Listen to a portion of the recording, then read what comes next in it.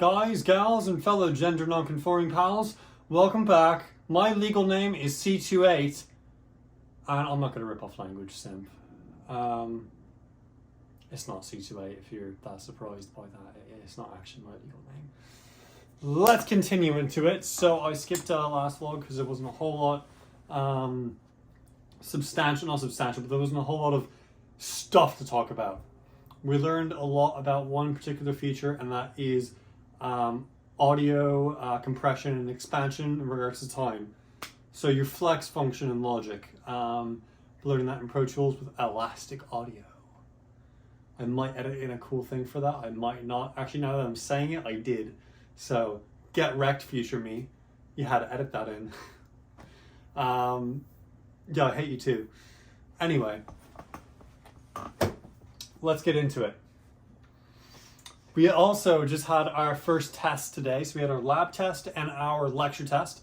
The lecture test was just a 1 hour long open book-ish, like you can reference your notes and the slides but nowhere else, like don't go online or ask GPT for stuff.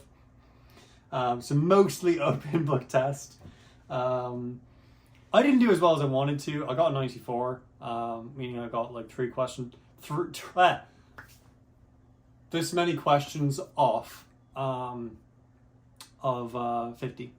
So not outstanding, but at least great. I'd rather outstanding though, you know? Excellence in all we do. Some let's get into though the slides for... Anyway, we're going into like, there are different ways you can, there we go.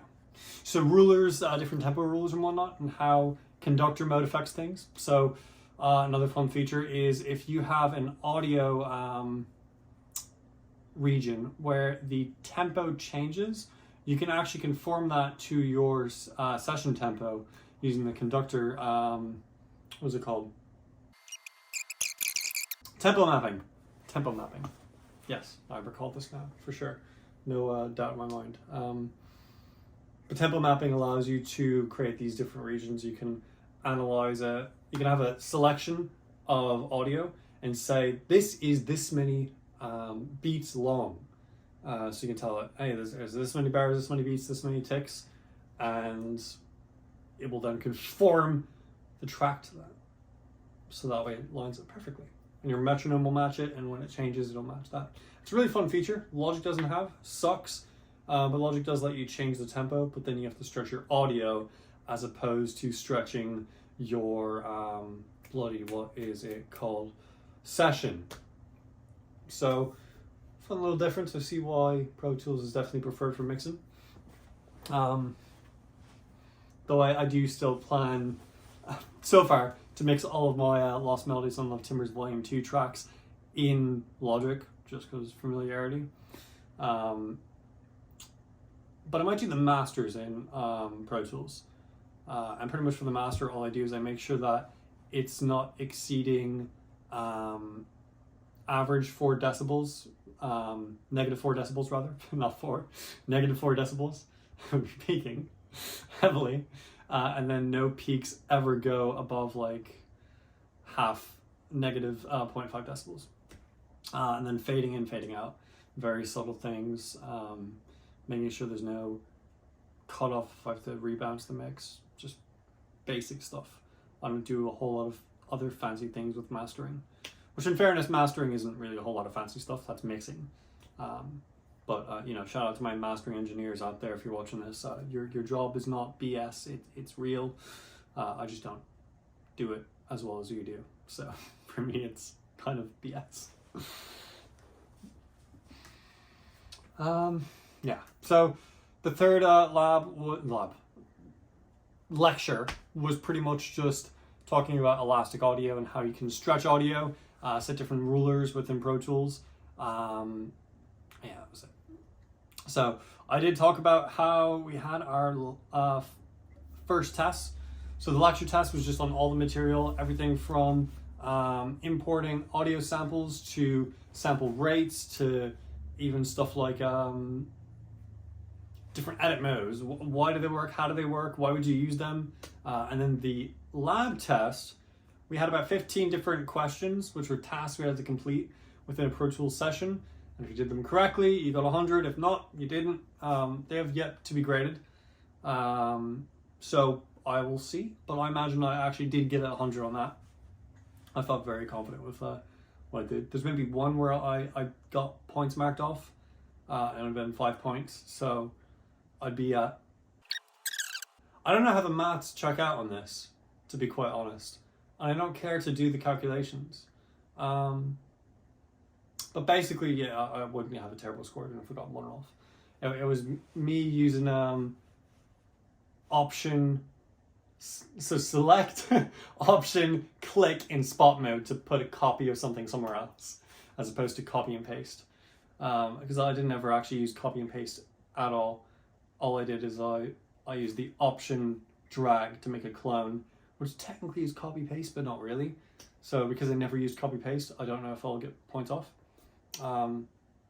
But our lab instructor pretty much said, as long as you answer the question correctly, like you did the right thing, which is getting a copy from here to here, you're good. So I think I'm good. It's kind of scary knowing I either got like lowest 90, 87 maybe, but like realistically probably 100. God, Eddie would be... I judge myself harshly, you know, Air Force vet and all.